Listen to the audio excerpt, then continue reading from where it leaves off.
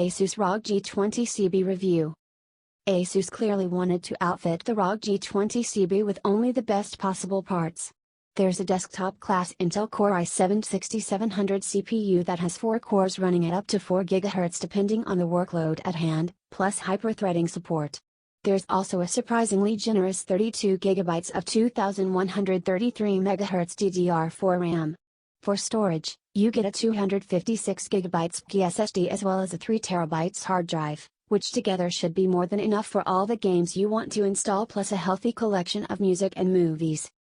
In addition to the physical connectivity described above, the G20CB has built-in Wi-Fi 802.11 acres and Bluetooth 4.0.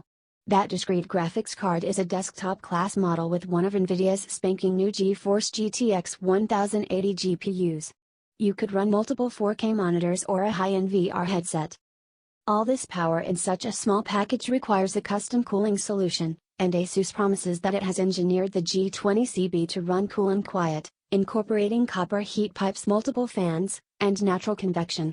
Hot air is blown out the top, so there are no vents on the sides. The G20CB has a ton of pre-installed software, which was all a little overwhelming at first. There's the main Asus Aegis desktop app, which is sort of an overlay that can run on top of other apps. It has modules for monitoring resource usage and basic overclocking controls, which you can't do much with given the locked CPU and platform controller. This is also where you'll find the RGB lighting controls. Another section lets you change screen resolutions on the fly and record stills or a video of gameplay. On top of all of that, for no reason at all, there's a world clock. When we reviewed Asus RGB-infused B150 Pro Gaming, or a motherboard and strict GeForce GTX 1080 graphics card, we were surprised to see disparate lighting controls. The ROG G20CB introduces a third, completely different UI. The LEDs are arranged in 3 zones, the left and right lips of the front panel are independent, and the bottom rear lights are together considered the third zone. You can assign a static color to each zone, or enable effects that apply to all zones. Effects include color cycling, pulsing, or changing to match your PC's volume. Asus says that 8 million color combinations are possible, but you can't really tell the difference between points that are close together on the on-screen color wheel. There's also Asus App Box, which is like an app store pointing to a few programs you can download, AI charger too, which triggers a high power delivery mode for the front USB ports, Asus Web Storage, an update tool, Asus Command for quick shortcuts, PC Cleaner, iBooting, Audio Wizard, Backup, and Recovery, support links, and manuals. That's in addition to McAfee Internet Security, assorted Windows Store apps, and a control utility for Asus ROG GX900 gaming mouse for no apparent reason. Setting up the ROG G20CB wasn't much of a problem, except for the awkward power brick situation. We tested it with our Asus PB287Q4K monitor, which is all that was needed apart from the box contents. It boots quickly and users don't really need to do anything other than the initial Windows 10 personalization routine. We immediately noticed a high-pitched whine coming from the pair of power bricks. This was annoying, and it persisted throughout our review period. The PC itself runs silently except when under heavy loads. Interestingly, the CPU cooler is much louder than the graphics card's blower. We could tell by the whooshing noise whenever CPU-specific tests were running. We also ultimately settled on dimming or disabling the LED lights. We're too distracting for a PC placed right next to the monitor on our desk, though your mileage may vary. General usage is pleasant, and one of the first things we noticed was how fast data could be copied off an external storage device to the SSD. SSDs are still extremely new and uncommon.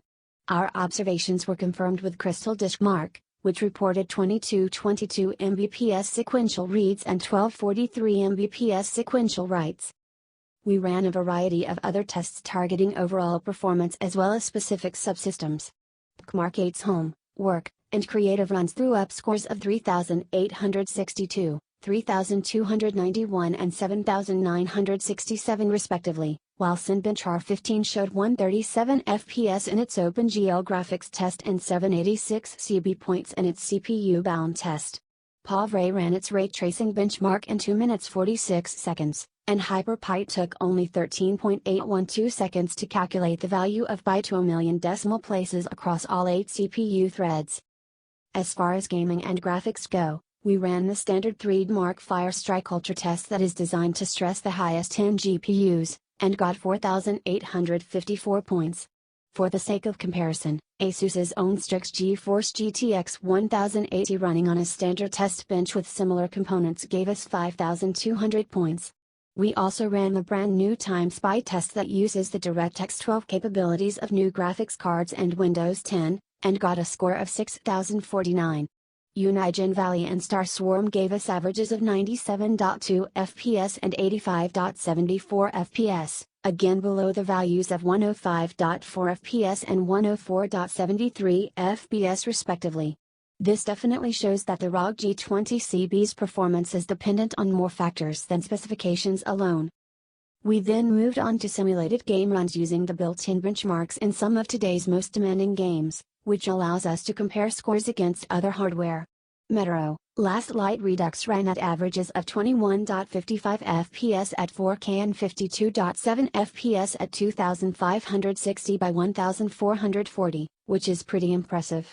We ran Ashes of the Singularity in DX12 mode, and got 49.8 FPS at 4K and 62.2 FPS at 2560 by 1440. Finally, we recorded a few organic game runs with Fraps in order to determine frame pacing, which shows how far the minimum and maximum FPS scores deviate from the average. Smoother graphs with tightly packed dots indicate less variance, whereas more scattered dots represent those frames which skipped or lagged and caused visible tearing on screen. Battlefield 4 ran beautifully at 4K with ultra-quality settings, at an average frame rate of 65 FPS, average frame timing of 15.4 ms, and 99% of all frames coming in under 19.5 ms, indicating no significant problems.